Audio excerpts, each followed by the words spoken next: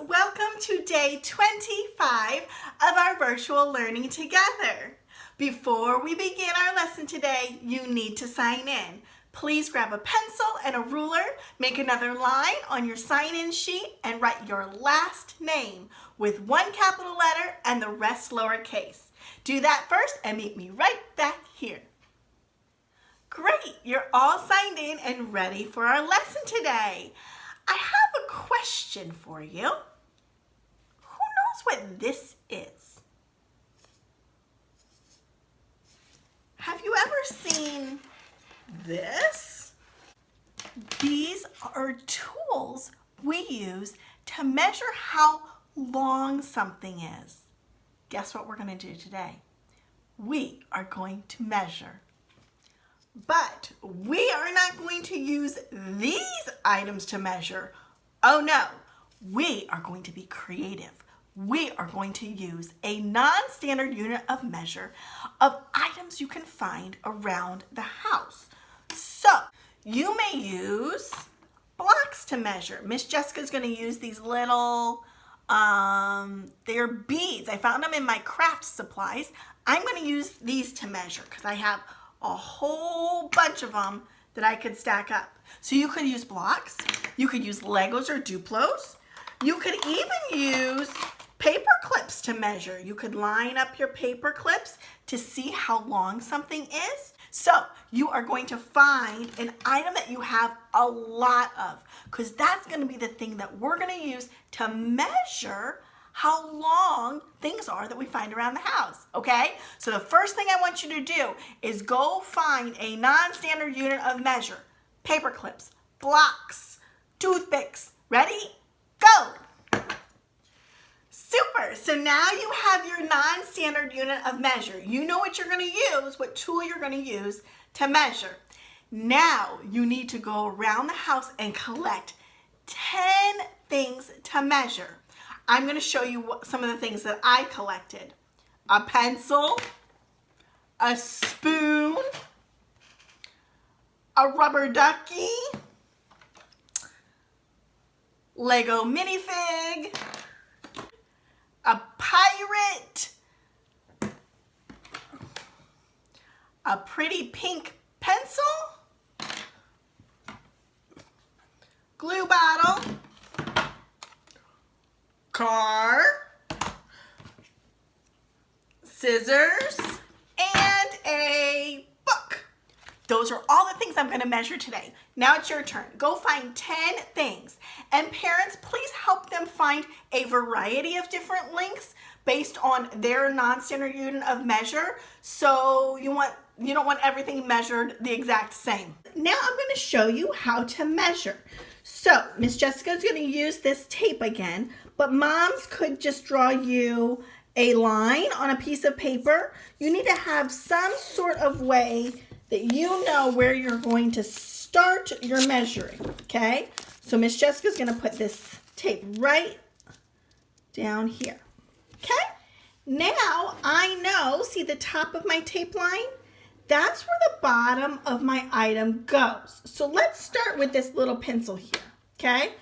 I'm going to put the eraser right at the top of my blue line. Great, now it's in position, ready to measure. Now I'm going to take my non-standard unit of measure and I'm going to start my first one on the blue line right next to my pencil. And then I'm going to get another one. Now, I'm not going to leave any space in between those blocks.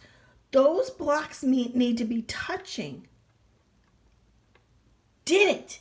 Now I'm going to keep going until I get all the way up to the top of my pencil. And then, after I get to the top, I'm going to count how many.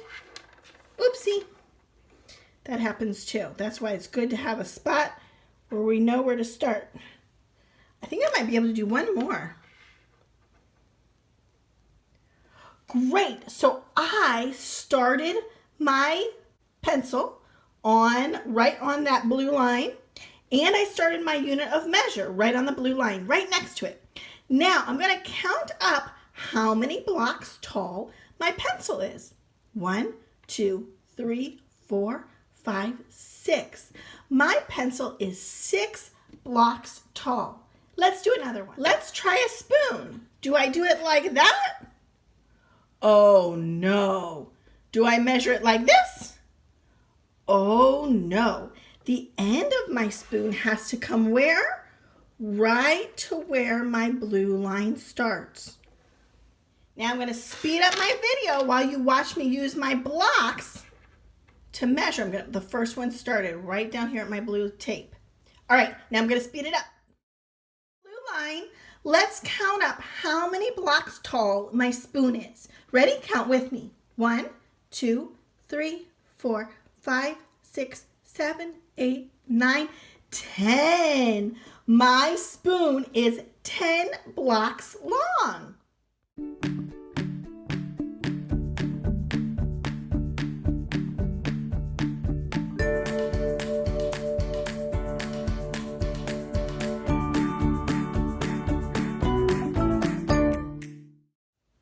All right, everybody, let's find out how many cubes tall my pencil is. Count with me. Ready? 1, 2, 3, 4, 5, 6, 7, 8, 9, 10, 11, 12. My pencil was 12 cubes tall.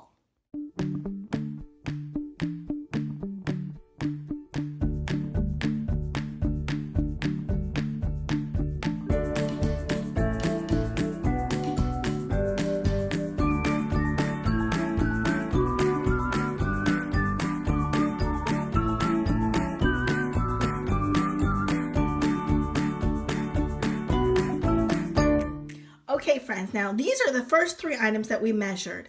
I wonder which one is the shortest. Do you remember? Yes, it's the pencil. I'm going to put that one over here. Now, which item do you think was next in height or length? Yes, it was the spoon. The spoon was the next tallest item.